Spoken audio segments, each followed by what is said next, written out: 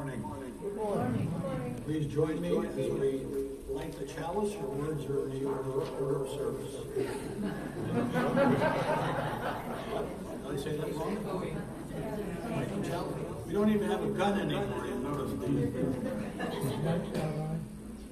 Much easier. Oh, I'm sorry.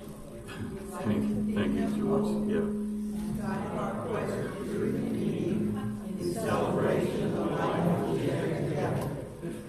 And so begins our service.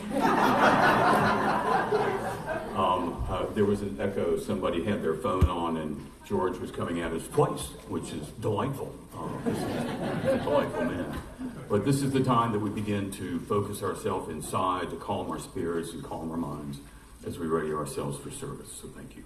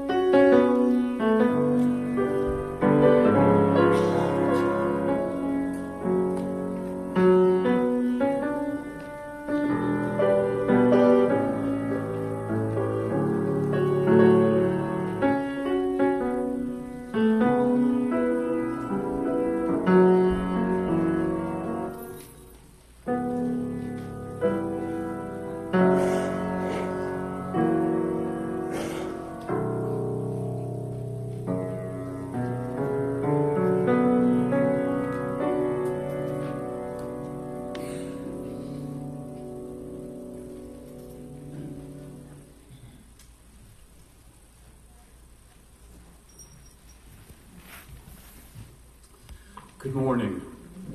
My name is Charlie Tyler. I'm the pastoral minister here at the Unitarian Universalist Congregation of the Low Country. It's my privilege to welcome you into the sanctuary and into our time together, where we begin to find that there is a tribe here that meets many of our needs, and I hope that you discover it and rediscover it every Sunday that you're together and that we are together. Those of you that are guests and visitors, I'd like for you to be aware of the fact that you have managed to somehow find your way into one of the most compassionate groups of people that you will ever meet. You will discover them in their way that they reach out to each other, respect each other, and hold each other in dignity and worth. And so if those words mean something to you, you'll find them here. Those of you who are first or second time visitors, I'd like to ask if you would be willing to stand and give us your name and tell us where you're from. And so if I can, if there's anybody on my right, far left section of the sanctuary, any new guests or visitors that are willing? Yes, ma'am, if you would please. And you are?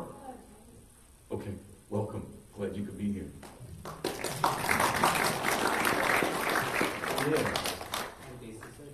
Welcome. Glad you could be here. Any more on that side? The thing that I want you to notice is the age just dropped. and the same for precipitously. Thank you. Those of you that are in the center, any first or second time guests and visitors here? Yes, if you would please. Megan Cooper. I'm Jared Cooper. Welcome. My children.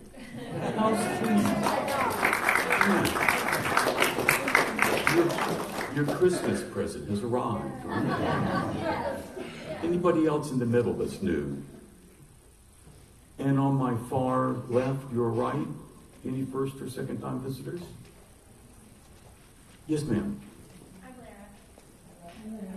Lara. Welcome, glad to have you. Yes, please. My name is Teresa, and I'm Ryan's mother, my daughter-in-law, and I have 3 grandchildren, 17 kids.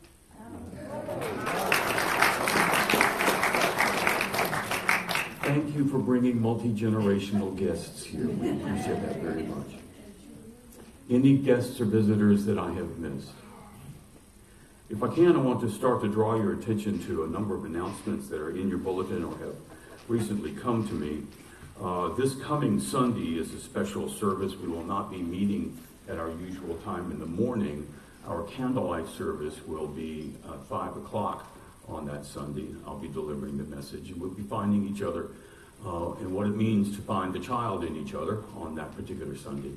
So please, if you would, make note of that. And in light of that, this also is a message that has come to me, is that one of our members, Marietta Kerr, would like you to know that she is amassing a list of people who would be willing to drive you here and take you home on Sunday night, if that's something that's an issue to you.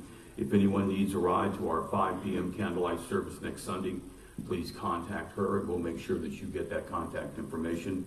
She has a list of members who are willing to pick up members, and others, guests who don't like to drive at nights, will be able to do that. Other announcements that I think are important. First of all, our Path to Belonging, the P2B, that's the way that new members make their way into the life and the culture of our congregation.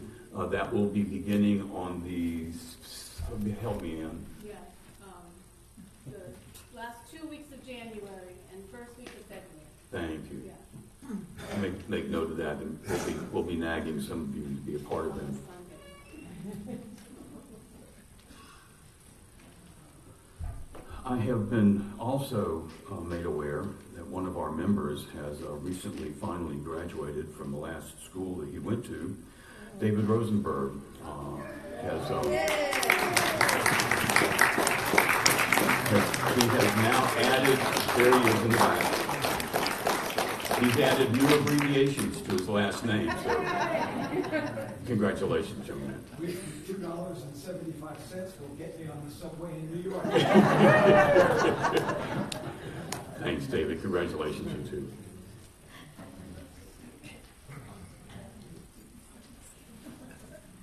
There is up here on the pulpit a yellow coffee mug. We are reserving these now for our guests and visitors, so that if you would like to make your way to the coffee, which is our communion here, just so you know, make your way to the coffee gathering center. If you're a guest, you'll see one of these yellow ones, and they're for you. So if you'd like to, dare to, pick that up, then we'll know who you are. Anthony, where are you? Anthony, yes, if you would please. We love you, Anthony. Check. We okay? Can you hear me? Yeah. My name's Anthony, for those of you that didn't hear the shouting. Thank you. We only have 6 of those yellow cups, so if you want to grab one and they're gone, sorry, we're working on it. We want a significant cup so people know you're new and say hello a little more. All right, so as always, 3 ways to help me in the kitchen. One is give money. There's a jar in there, and just throw a couple of bucks in. That's the easiest, laziest one. I'm okay with it. The next is sign up on our date sheet and bring the snacks that week. You don't necessarily have to work in the kitchen that week, but you can bring them, drop them on the counter, we'll take care of them. And then the third one is to join us. And I'm harping on that one today because we would like 1 or 2 more people to jump in there with us and help. Maybe one Sunday a month, maybe one every other, whatever you can give us, it'll be great. The next thing is after the holidays, I'm gonna put up this small dry erase board on the door that you'll see right when you walk in, and it's gonna say our wants and needs. But you guys are so crazy. Whenever I've said, we need coffee, we need, more than we can even store comes in. So what I'm going to do is put a number, a 1, a 2, a 3, and if that gets crossed off, we don't need it anymore. All right? Because I know you guys, and, applause to you. All right, the other thing is we're being really bad about recycling. There's a little garbage pail under the water, and everybody's throwing their garbage and their programs in there. If you take one more step in and look down, there's 2 garbage pails, one that says trash, the other says recycle. Help us out, do the recycle. We all don't know, I've talked to all of you about this, what happens with it, but we keep our fingers crossed and hope that the recycling actually gets done. If you do the recycle, if you empty it, do not put the plastic bags in the recycle bin. I know this. Well, let them know.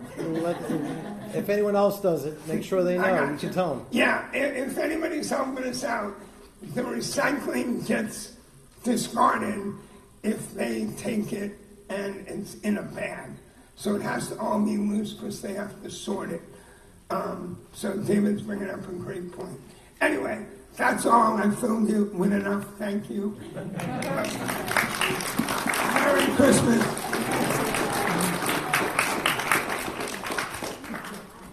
Most of you all think that the real important people are the speakers and the leaders that's in this congregation, and the truth is it's Anthony Sturpey. And his access to coffee. You'll see a number of other announcements that's in your bulletin just to draw your attention to Music on Malfris on January 11th. That's a Saturday. We have some fantastic musical talent that comes to us on a regular basis. We talk about that as being Music on Malfris. We have a member of our congregation, Joanne Malash, who is well in tuned and connected with a lot of these people, and she reaches out to invite them to come and be here. So take note of that and come and please share some fabulous time.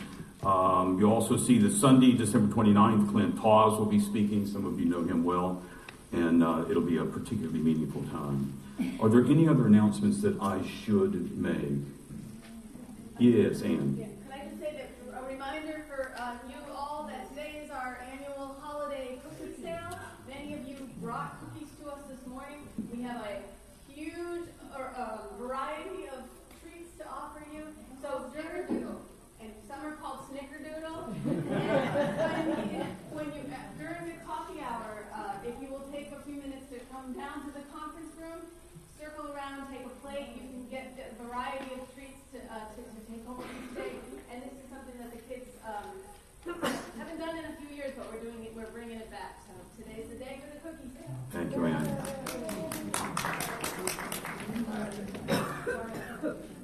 Yes, yes, ma'am.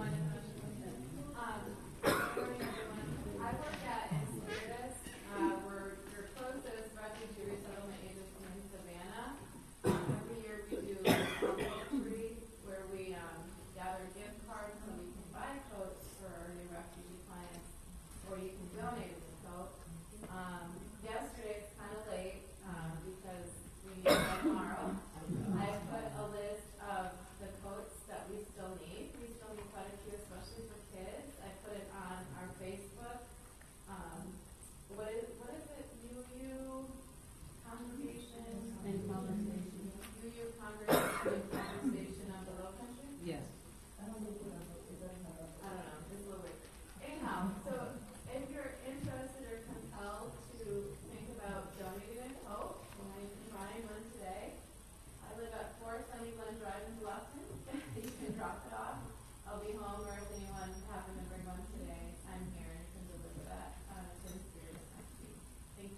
Sarah. So, my Christmas present is here, and that's Pat Joe.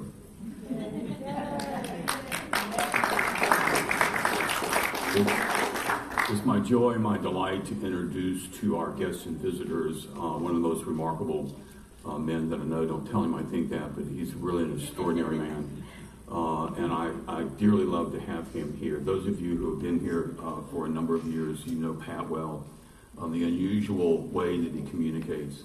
The first time I was here when Pat spoke, he opened his mouth, and out of the southern drawl came this fabulous liberal message.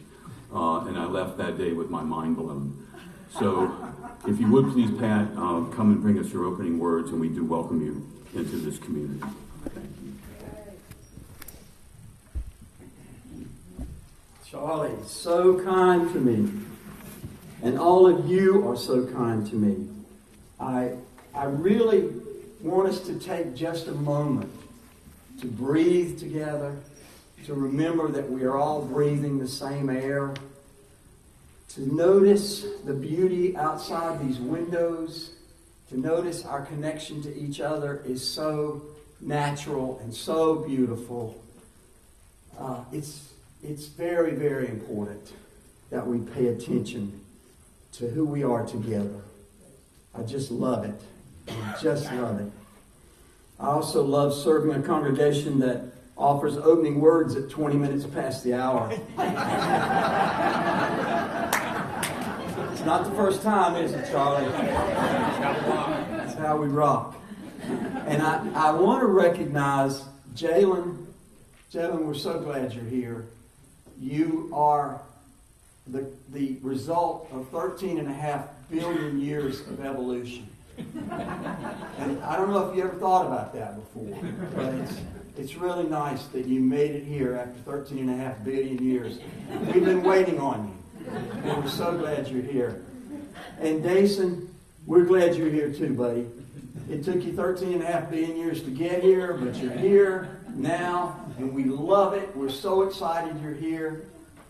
We're excited that Megan and Jason are here. Megan, I understand today is your birthday, but we are not going to sing happy birthday to you. Because it's now 22 minutes after the hour. But I'm so glad you were born. Thank you for having a birthday today. And Teresa is over here. Teresa, thank you. Thank you so much for being here. And as Charlie said, bringing a multi-generational group with you. That's awesome. We love it. We're excited. And I have a note here that says Nona is the grandma of some of our kids. Where is Nona? Nana. Oh, it's you again. Wonderful. You showed up twice. That's so impressive. That's so impressive.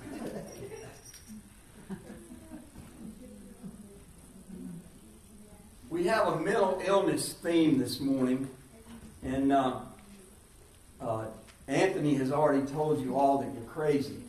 I don't know if you noticed that, but he said, y'all are so crazy. When I ask for coffee, you bring too much. So that was beautiful. And I'm sensitive to the fact that mental illness is not a joke. Mental illness, when it touches the life of an individual or a family, is very, very serious. I'm sure Mike has never had this happen to him. My guitar strap tried to strangle me there for a second. But I am going to make hopeless fun of myself this morning for having a degree of mental illness that is very positive. I am crazy on the other side, and I'm going to talk about that.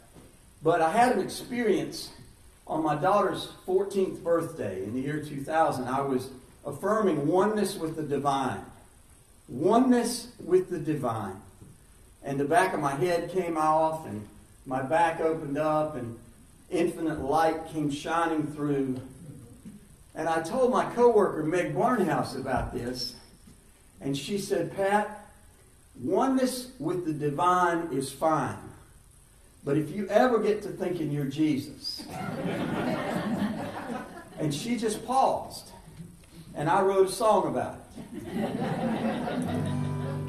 If you ever get to thinking you're Jesus, you're going to need psychological care.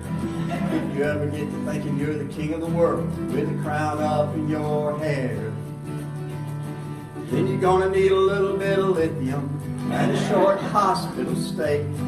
And the folks at the church say you're in for a shock when it comes the judgment day. See yourself as fantastic. We're all into self-esteem. See yourself as a child of God, a trickle in the endless stream. But if you ever get to thinking you're Jesus, you're in for a heck of a fight. Never mind how divine you feel in your heart. Never mind that you might be right. And if you ever get to thinking you're Buddha, you might keep it to yourself for a while.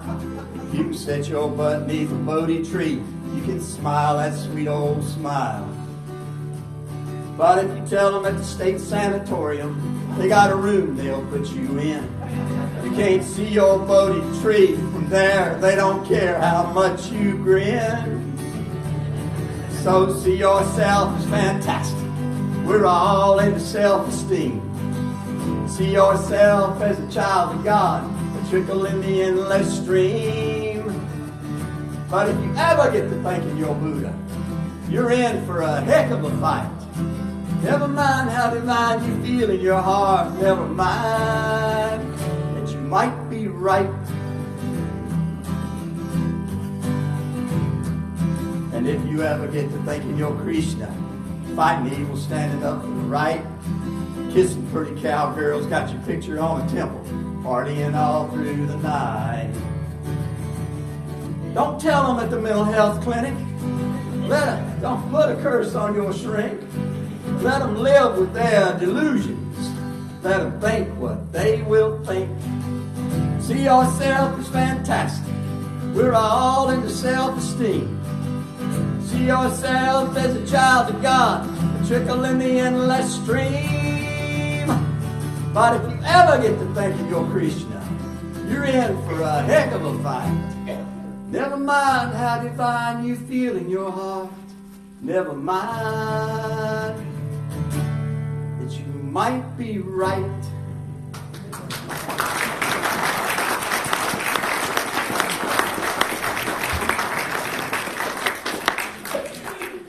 Our opening words come from Jack Kerouac.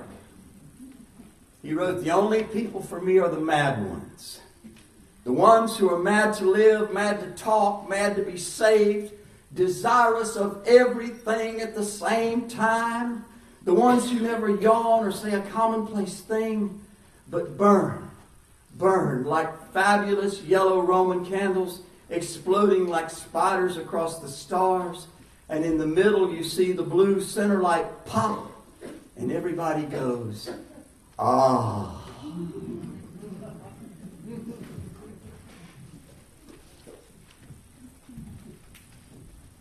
And that's why we love Pat Jobe. If you would please take your hymnals into your hands, turn with me, if you will, to hymn number 225, and we will stand and sing together verses 1, 2, and 3 of O Come, Emmanuel. Thank you. Emmanuel.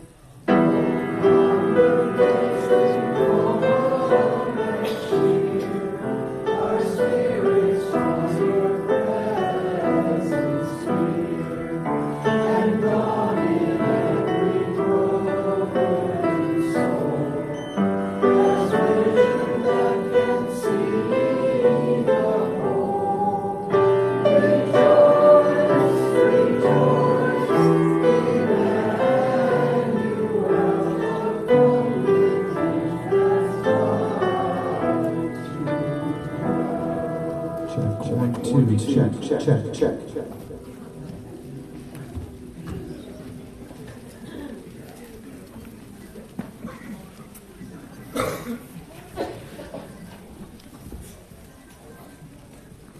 In our Unitarian Universalist tradition, we believe as part of our inherent worth and dignity that each individual has power, and that there are many kinds of power and many ways of expressing that power in this world. In the Sunday school class that I'm in this year, we're following a course. We are following a course that is called Sing to the Power. And we're using the metaphors of the elements. What elements? Earth, air, water, fire. Those are the elements that we are using to look at different forms of power and exploring ways that we can use our power for positive change. And we're now focused on the power of air. And we're learning that the power of air does not have to be expressed. Is it better? Okay, maybe that's better for now. Yeah, all right. We're focused on the power of air. And we're learning that the power of air does not have to be expressed in terms of pushing or moving, but it can come from stillness and listening, from openness and from just being present. It can be the power of silent witness. So last Sunday, the kids who were here heard the story that I will tell this morning. It's a true story. It's one that took place in January of 2011. Some of you will remember the incident that occurred in the parking lot of a supermarket just outside of Tucson. A group of people had gathered to meet a member of Congress, Gabrielle Giffords. And she was the Democrat that was representing Arizona's 8th congressional district. The event quickly turned into a tragedy when a young man showed up and opened fire. 6 people died, many others were hurt. Gabrielle, or Gabby Giffords, was significantly injured. She was the target of the shooting, as you will recall. Barack Obama was our president, and he led a memorial service on TV that lots of people watched. Other, more private services also took place, and one of them was for the youngest person who died that day, a girl whose name was Christina. And while Christina's family was planning her service, they received a message from the Westboro Baptist Church, the small but vicious anti-LGBTQ hate group who call themselves a church but really have nothing to do with actually being Baptist. The minister's name was Fred Phelps, and he had become well known after he and his people carried signs years before that at the funeral of Matthew Shepard in Wyoming. Matthew's grieving parents had to walk by people carrying signs that said really hateful things about Matthew because he was gay. Fred Phelps told Christina's family that her death and the deaths of the others who died in Tucson that day was God's way of punishing those who supported Gabby Giffords and her liberal views, and announced to them that he would be sending people to picket at Christina's funeral. The word began to spread that this man, known for his hateful protests, was going to bring his followers to hold up signs at the funeral of this young child. The news eventually reached a Unitarian Universalist woman named Kat Sinclair. She was a member of the UU Church in Tucson, which is known as UUCT, a liberal light in the desert. Kat had actually seen Fred Phelps before, and she'd witnessed his angry protests. And she knew that the last thing that this troubled community needed was to see the brutal words from a man who had made himself famous by promoting hatred. Never one to sit by and watch people get hurt, Kat Sinclair began organizing a peaceful response to Fred Phelps' promised demonstration. She knew it would do no good to reason with him and that a shouting match would only make everyone feel worse, so she decided to meet hatred with silence. Not the silence of ignoring a problem, but the silence that comes from bringing a strong presence when and where one is needed. And presence is the theme of our worship services this month. Kat Sinclair knew about the African Americans who sat down at the lunch counters in the South during the Civil Rights Movement, letting their physical presence declare that they had just as much right as white people to be served.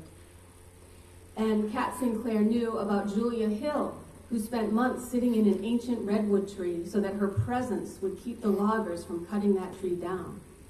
This Unitarian Universalist woman knew about the power of presence, and she had a plan. Before Christina's funeral, Kat Sinclair got a bunch of other folks together, and they brought long poles of white PVC plastic and yards of white fabric, and they used them to make giant angels whose wide wings would block the protesters' nasty picket signs from view.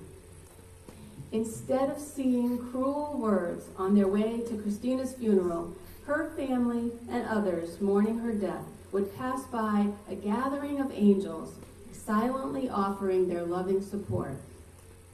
And that's what they did. The angels were there, very human angels, with broad wings hanging from plastic poles, protecting these people from hatred. What better example of the power of air? Organized by a Unitarian Universalist, a silent vigil of justice advocates wearing angel wings, offering to help heal a shattered town with just the simple ministry of presence. And at this time, young people and I will head to get ready for the cookie sale.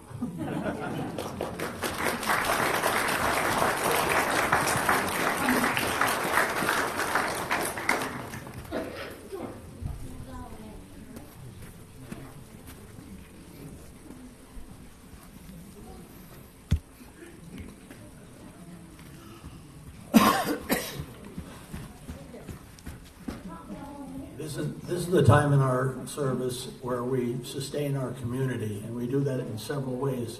One, by contributing things in the back of the sanctuary to the Bluffton Self-Help and Sandalwood Food Pantry. And those of you that were here last week have to remember that Dick Hood said there's a shortage of peanut butter. So you might have seen as we walked in that we've gotten 4 cans of peanut butter on behalf of Dick Hood to sustain ourselves.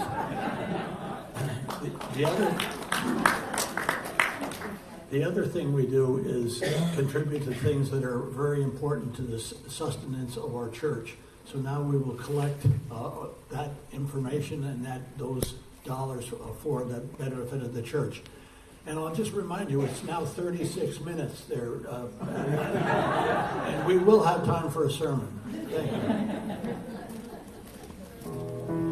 Thank you.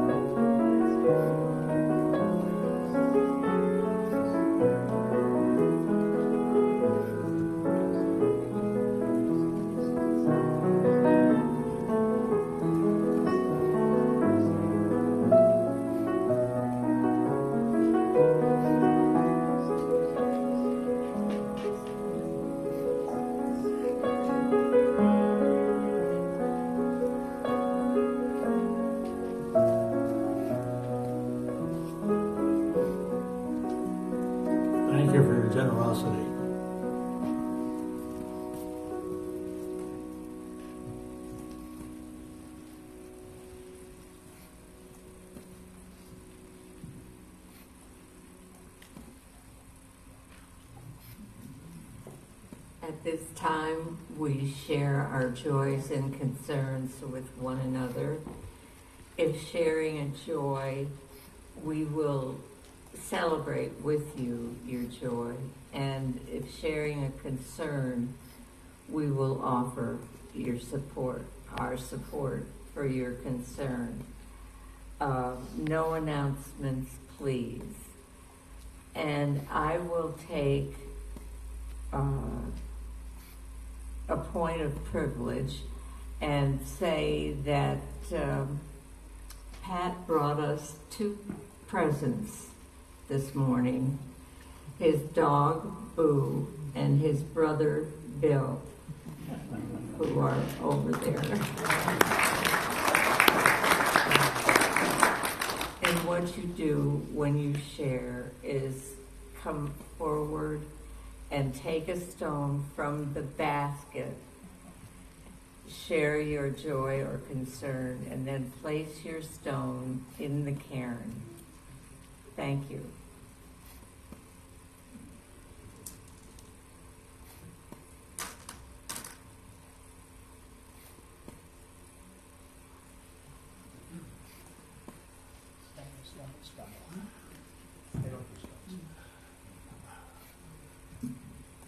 Charlie, I apologize, but I won't be here next Sunday for you. After almost 80 years, and after 11 surgeries to my left knee, which is still mine, I have given in, and they're going to cut out my left knee and replace it next Monday, week from tomorrow. So I won't be here for a couple of weeks, but I'll be here in spirit. I may even watch you on TV. I'm not sure. Pat, I'm going to try and get back here the next time you're here. Thank you, Wes. I don't know when it is, but... And I'm glad you brought your dog Bill with you. That's all. Good luck, Wes.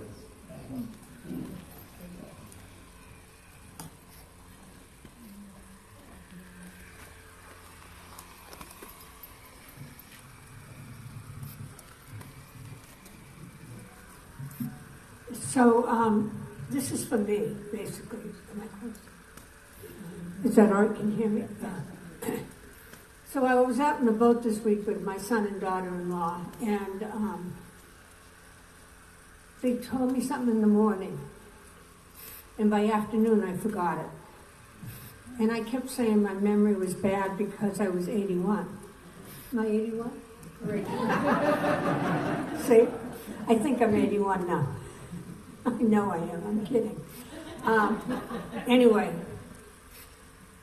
my daughter-in-law said to me, I looked it up, and the reason you're forgetting things the way you are, I mean, this was from morning to afternoon, where they're going, where they're going to be, blah, blah, blah, is because of not using your oxygen.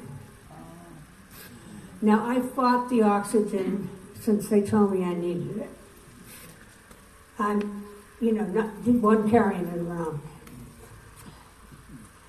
And I still have a great difficulty about it. And I don't know if it's false pride or just a pain in the neck. But I don't want to not remember things, and I also want to keep my mind sharp, and it's not. And so I guess I'm asking for your, not prayers because I don't buy those, but the other things we ask for, support. I mean, prayer is good. You can pray if you pray. I'll take it. Anyway, I just needed to share it because it's such a struggle. And it's causing me to run late and blah, blah. So that's all. Thanks.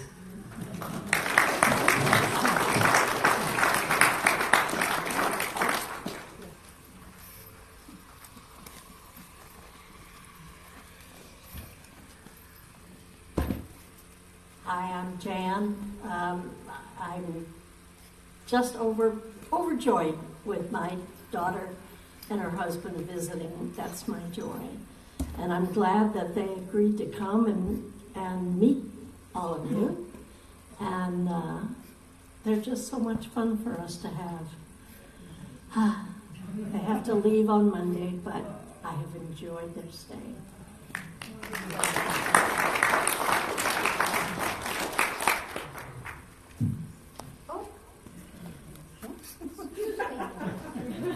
I forgot to mention that Jim almost came today. So he is feeling better, but at the last minute he pulled out. But maybe we'll get him soon.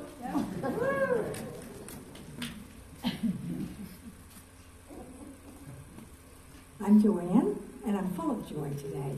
Our son and daughter-in-law were here from Thursday night until early this morning. We took them back to the airport.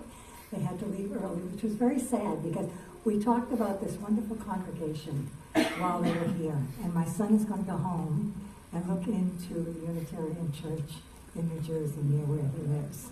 So that's a couple of joys. And our next joy is that on Thursday, we're going to go to Albuquerque for about 11 days to be with our daughter, son-in-law, and grandson for Christmas. So today I'm just full of joy, as I usually am. So thank you.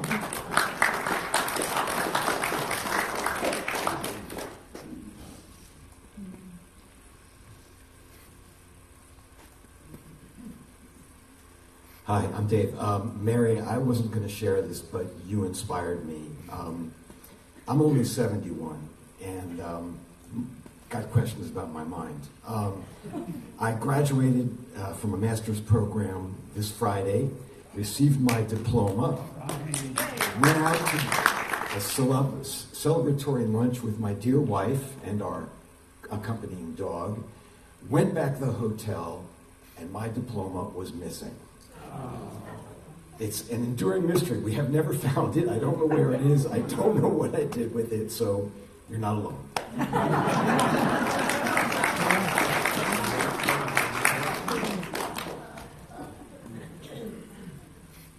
I'll take 2 stones for the joys and concerns that remain in your heart.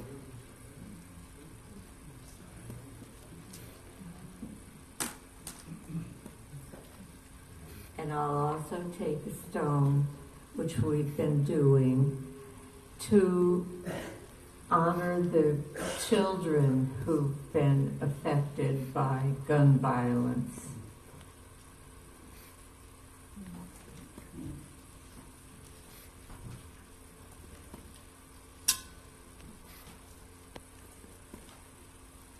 And now, if you'll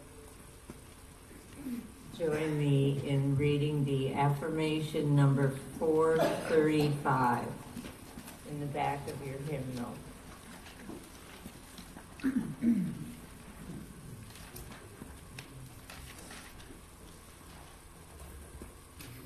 We come together this morning to remind one another to rest for a moment on the forming edge of our lives, to so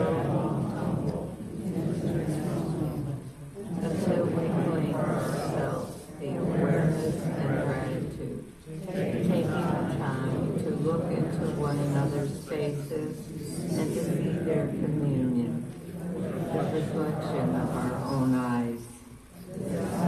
Laughter, silence, memory, and hope is held by our presence together.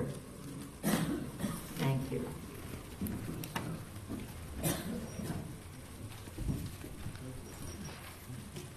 Now let's make Pat feel welcome as he brings us a message for the morning.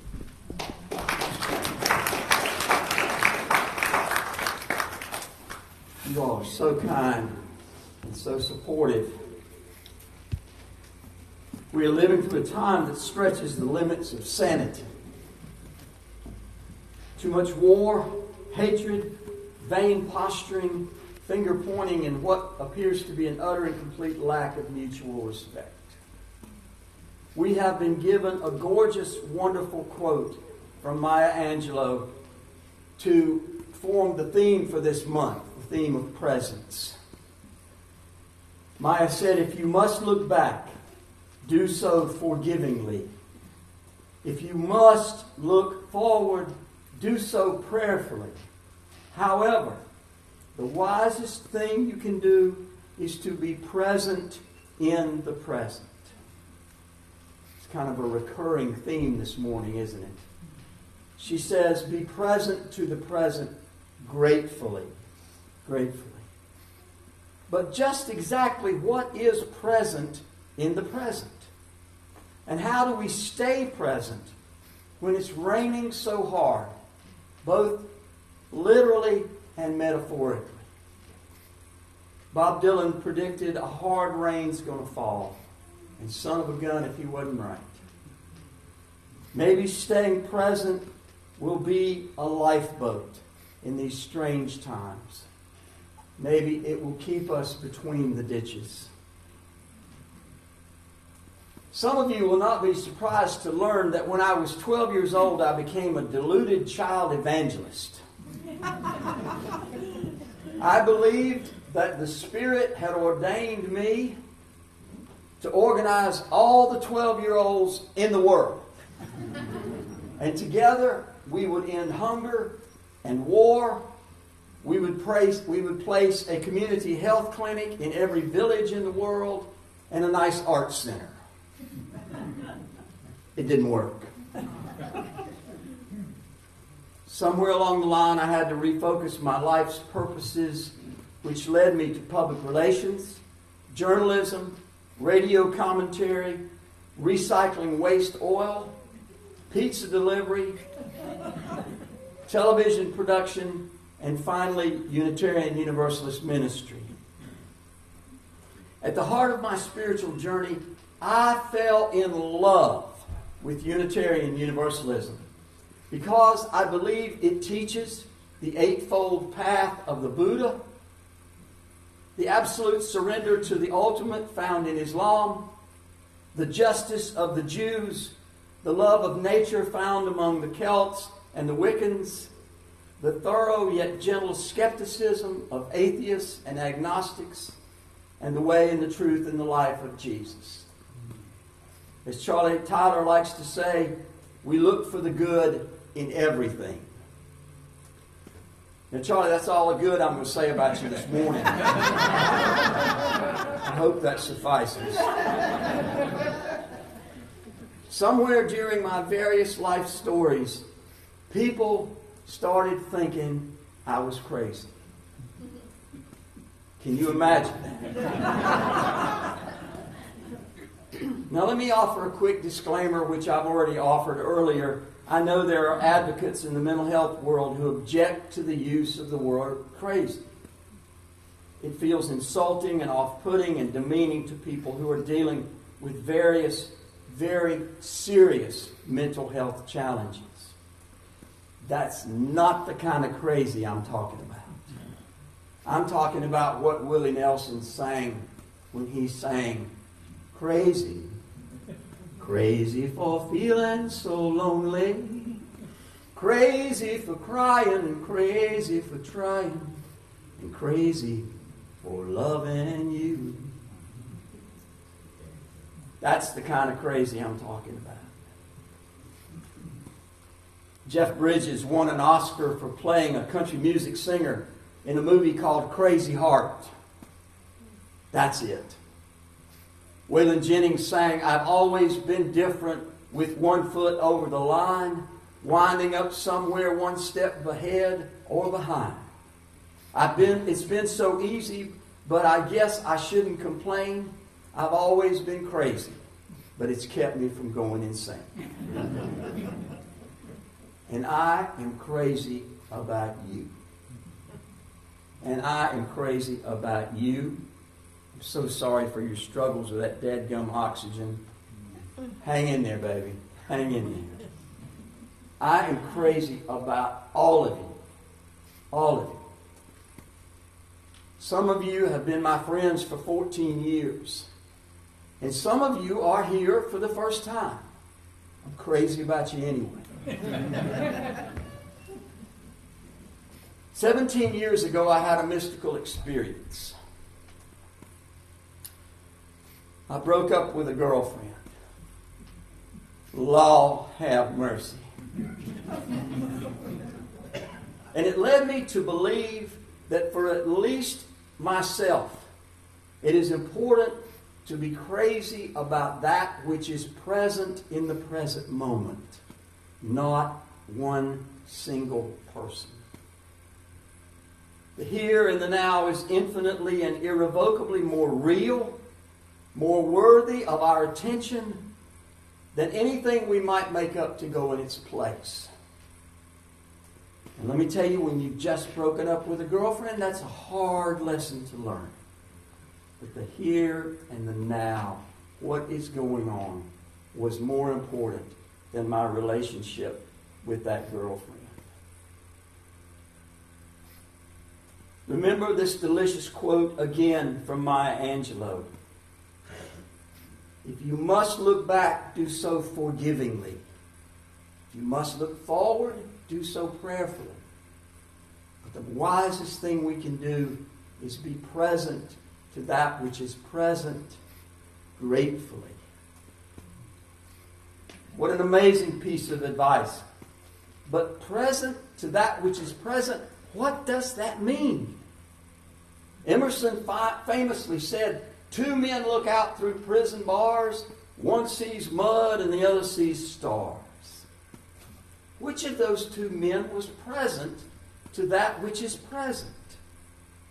If we apply Maya Angelou's standard, it was the one who saw stars. But weren't both of them present? The man who saw stars may have been more grateful, but they were both aware of what was going on. Both of them could see that the United States had elected a deeply flawed.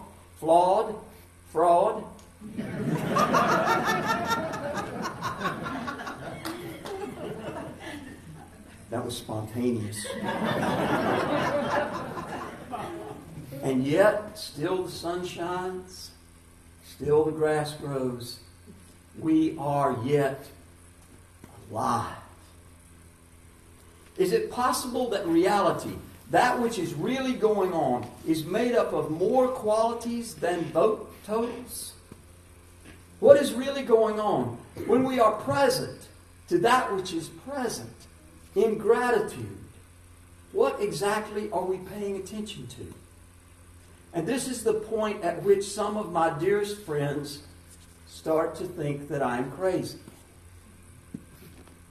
It goes by many names, but I genuinely believe reality is soaked with a generous spirit. I genuinely believe reality is soaked with a generous spirit. It goes by many names, so I won't try to pin anybody down to one spirit or another. In fact, I believe it is so sacred, so divine, so ultimately powerful that we cannot call it by any name. It is ineffable.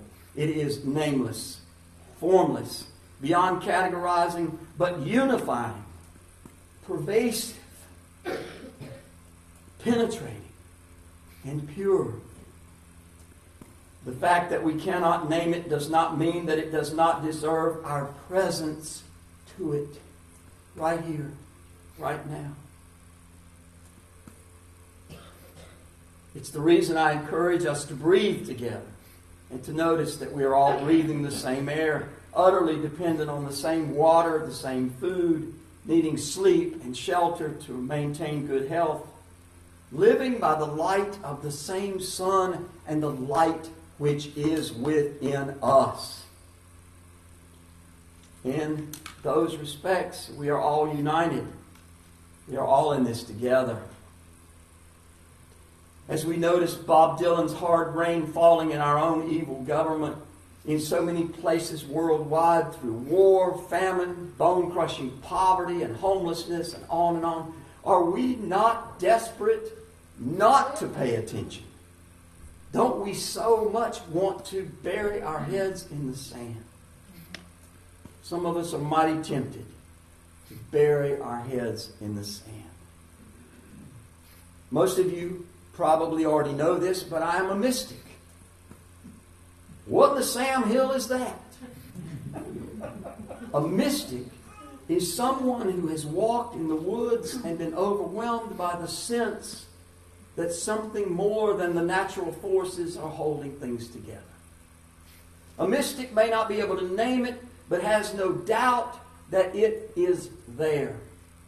A mystic is someone who can't be beaten in the face with his own shoes, as I was in the 8th grade, and still come back to almost a goofy belief in the basic goodness of all people.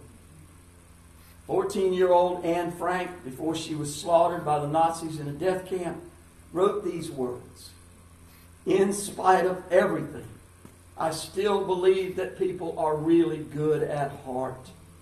I simply can't build up my hopes on a foundation consisting of confusion, misery, and death. I see the world gradually being turned into a wilderness. I hear the ever-approaching thunder, which will destroy us too. I can feel the sufferings of millions, and yet if I look up into the heavens, I think that it will all come right, that this cruelty too will end, and that peace and tranquility will return again." It's one thing to be beaten up in the 8th grade. It's quite another at that same age to be marched into a gas chamber and have your life snuffed out. And yet, Anne Frank and I at the same age came to the same conclusion. As crazy, insane, ridiculous, and absurd as it may sound, we still both had a mystical faith that people are basically good at heart. A mystic is a person who believes we do the best we can and leave the ultimate outcome in the nameless, formless, great whatever. This mysticism drove my first wife crazy. I overheard her on the phone talking to a friend, and she said, "He's even reading a book from whatever publishing company." What is wrong with this man? That is my faith. That is my trust, my way of being in the world. And while I might be reluctant to recommend it to others, I will say it has a tender and delightful hold on my heart. Yes, even my crazy heart. If I have told this story, please forgive me. When I became a Methodist preacher in 1993, I was tested by a psychologist.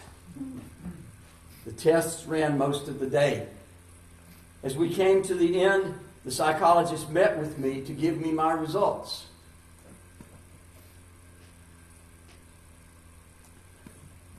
He gave me some results which made sense to my somewhat deluded and strangely wired brain. And then he gave me this final conclusion. He asked me, he said, "Mr. Job, you know all preachers are crazy." And I said, "Yes, that made sense."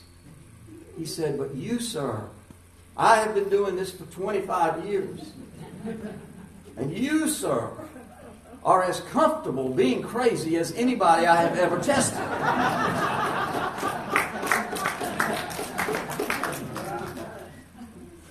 Some of you might not have taken that as a compliment, but I sure did. So let us go out from this place into a world determined to be generous and compassionate, even as we have to deal with the greedy and the uncaring around us. Let us give in the spirit of confidence that as long as we live, there will always be more to give, more energy, more money, more attention, more space, more physical effort, more and better listening. Let our confidence always outrun our fear, our joy always outrun our sorrow, our happiness always outrun the latest election returns. And let us deeply and enthusiastically prepare for the next election, the next chance to lobby our representatives, the next chance to write a check to the ACLU, Planned Parenthood, and the National Immigration Law Center. God bless you, George Canick.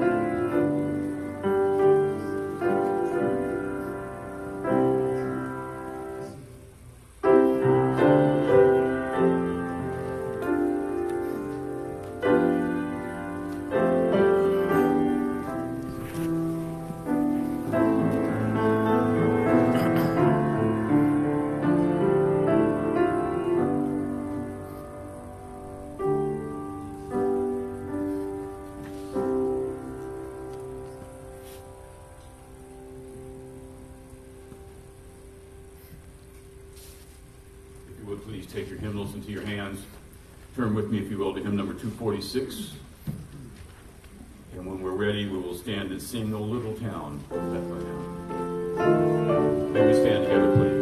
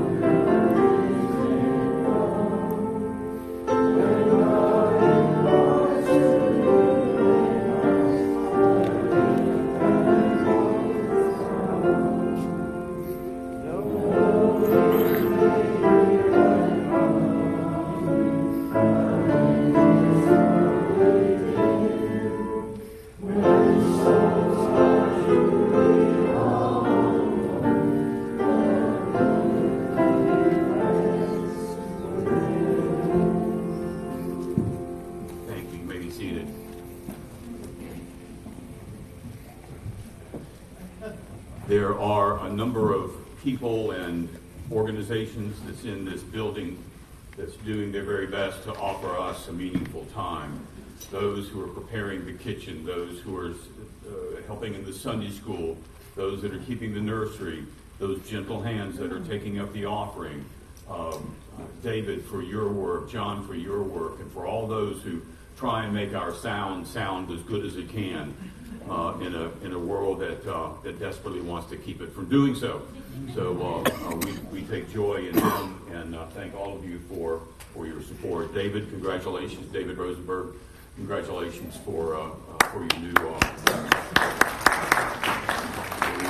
abbreviations. And let's see, what else am I? Oh, there are also those who are keeping us safe and watching doors as best as they can, the security team. I really appreciate all that work, and I probably left somebody out, but that doesn't mean that we don't appreciate it desperately. The talk back, for those of you that are not familiar with it, is when we come back here at about 11:30 or so, and we begin to talk about what we thought about Pat's crazy message, and maybe it rang true with us, which identifies with the insanity that is Pat Jobe that I love so very much, and it's just to explore our own thoughts and our own hearts for this message. So those of you who are guests and visitors, if you would like to stay, you're welcome to, and you will begin to see who we are to each other, and that might be meaningful to you. Let's see, Pat, if you would please, I'm going to have you bring our final remarks.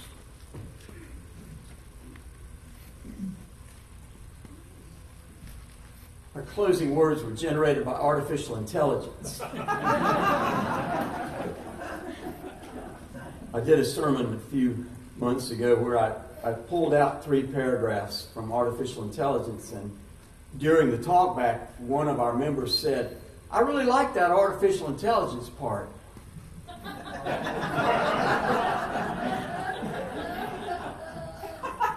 She said nothing about the rest of the sermon. She liked the artificial intelligence. These words are from ChatGPT, which is a source of artificial intelligence. Crazy can be powerful, positive attribute when viewed through the lens of creativity and boldness. Embracing the unconventional, crazy thinkers challenge norms and push boundaries, leading to innovation.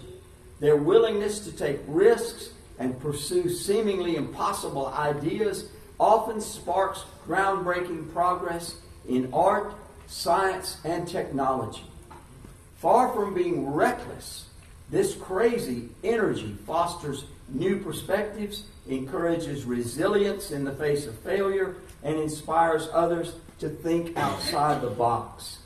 In a world that thrives on conformity, those who embrace their wild, crazy instincts are often the ones who drive meaningful change.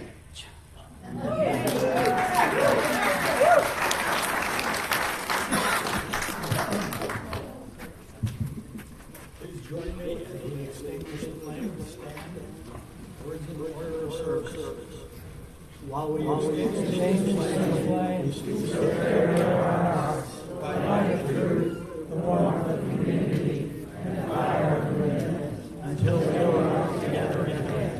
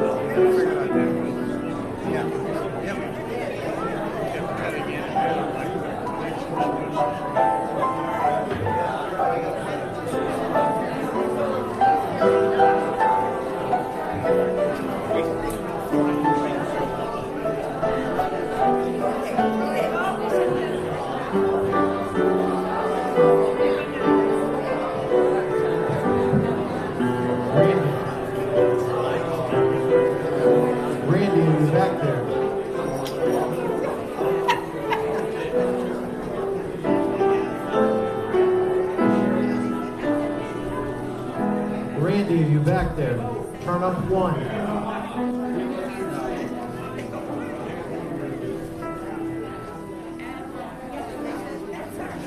Randy, you back there? Turn up 1, Randy.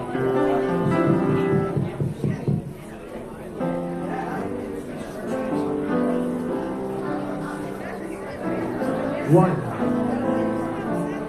a little bit. Check, 1, 2, 1, 2. Check, check, check. 1, 2, 1, 2. Okay, that sounds okay. Check, 1, 2. Check, check. 1, 1, 2, 2. 3 is still. Got that echo. 300.